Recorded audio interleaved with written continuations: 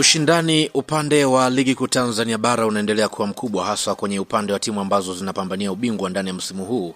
Hapa ninazungumzia kwenye upande wa klabu ya Yanga, lakini pia Azam pamoja na Simba. Kila timu inapokwenda kucheza kwenye mechi yao, unaona kabisa namna ambavyo wanapambana kwa ajili ya kusaka ushindi.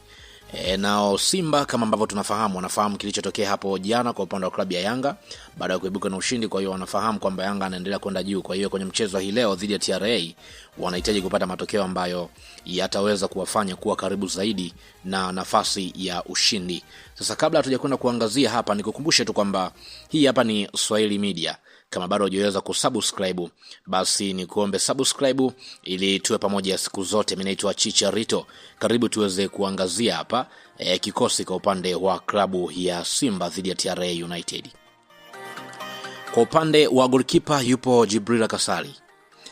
Kasali ndiye goalkeeper nambari 1 kwa sasa. Tunafahamu ni goalkeeper ambaye amekuwa ni mtulivu mara zote, lakini pia kwa upande wa kocha atakuwa akimhitaji goalkeeper Kasali kuongoza vizuri zaidi kwenye upande wa safu ya ulinzi, lakini pia kuanzisha mashambulizi kwa pasi fupi.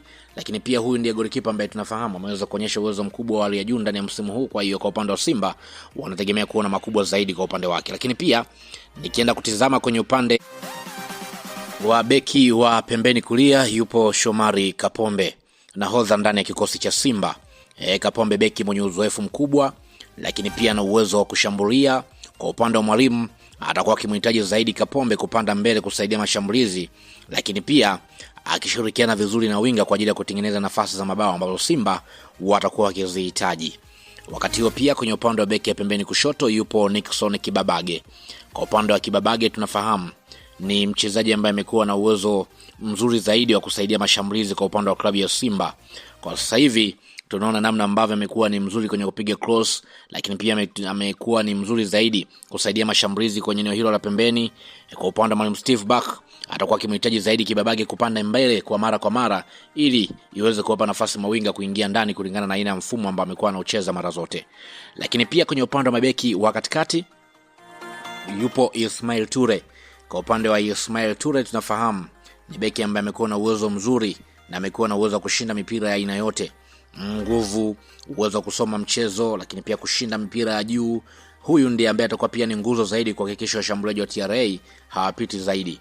Lakini pia Rashid Diraki atakwenda kusimama akisaidiana na Ismail Ture.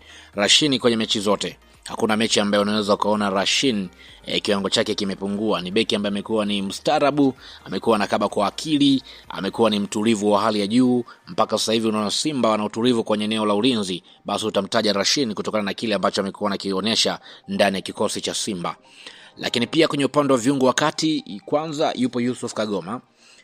Kagoma huyu ndiye ambaye atakuwa akifanya kazi chafu ile, tunasema kwamba atakuwa akikaba zaidi kwenye maeneo ya katikati, atakuwa atakuwa atoi nafasi kwa upande wa viungo wa timu pinzani. Hapa ninazungumzia TRA United.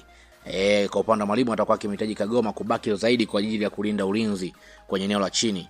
Lakini pia kwenye eneo hilo atasaidiana na Alassane Kante, ambao kwa upande wa Kante tunafahamu ni kiungo mwenye uwezo wa kusukuma timu mbele. Huyu ni box to box midfield, nguvu ya mwili, uwezo wa kupiga pasi. Kwa upande wa mwalimu atakuwa akimhitaji zaidi kusaidia kushambulia, lakini pia kusaidia kwenye eneo la ulinzi, maana kwamba atakuwa akifanya kazi mbili kulingana na aina ya uwezo wake na ambao amekuwa akionyesha mara zote. Lakini pia Kratos Chota Chama atasimama kwenye eneo la juu. Chama tunafahamu huu ni moyo wa ubunifu ndani ya klabu ya Simba, ni mchezaji mwenye uwezo mkubwa wa kutengeneza nafasi. Sifa yake kubwa tunafahamu ana ubunifu mkubwa, ana uwezo mzuri wa kupiga pasi za mwisho, uwezo wa kufunga, lakini pia huyu ndio playmaker ndani ya timu. Lakini kwenye eneo la winga ya pembeni kulia kwanza atakwenda kusimama moja kwa moja Libas Geye, ambapo tunafahamu kwa upande wa Geye ni mchezaji ambaye amekuwa na uwezo mzuri zaidi wa kupenyeza, ile tunasema kwamba kukata ndani zaidi, mara nyingi amekuwa anacheza hivyo, kasi chenga, lakini pia kupiga cross. Maana kwamba atakuwa akitumika zaidi kuvunja ulinzi wa TRA kupitia kwenye eneo la pembeni kulia. Lakini pia kushoto atakuwa akitokea Neo Maema namna ambavyo atakuwa anacheza ni kwamba atakuwa anacheza ndani zaidi akiwaachia mabeki kupanda. Maana kwamba kulingana na aina ya mfumo Neo Maema pamoja na tunasema kama na Clatous Chota Chama atakuwa akikutana kwenye eneo la katikati kwa ajili ya kupiga zile pasi za mwisho. Yana kama Neo Maema licha atakuwa akitokea pembeni kushoto, lakini atakuwa akibadilishana yeye pamoja na Clatous Chota Chama. Lakini pia Selemani Mwalimu ndiye ambaye atasimama kwenye eneo la kushambulia.